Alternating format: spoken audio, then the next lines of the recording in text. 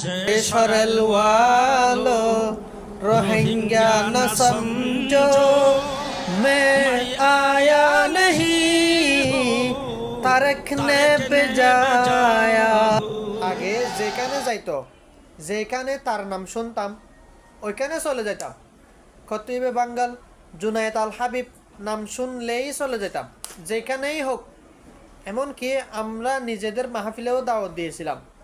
কিন্তু এখন উনি, আমি বুঝতেছি না কি করতেছে এগুলো।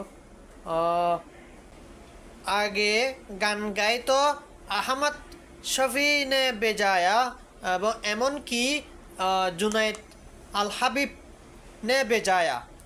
এখন গান গায় তারেক নে বেজায়া। কে ফরক? এখানে কি পার্থক্য আছে আপনারা ভালোই বুঝতেছেন। কিন্তু উনি আগে চেয়ারম্যান ছিলেন হেফাজতে ইসলামের, এখন এমপি হতে যাচ্ছে বিএমপির। তাইলে আসলে হুজুর আপনাকে আমি আগের থেকেই চিনতাম একটু একটু, কিন্তু বেশি না। কিন্তু মোহাব্বত করতাম, আপনার ভক্ত ছিলাম, কিন্তু এখন আর নাই। আপনি যেহেতু মুনাফিকি করা শুরু করে দিয়েছেন, এখন আর আপনার ভক্ত নাই। আজকের থেকে বিদায়। সালামু আলাইকুম হুজুর জুনায়েদ আল হাবিব।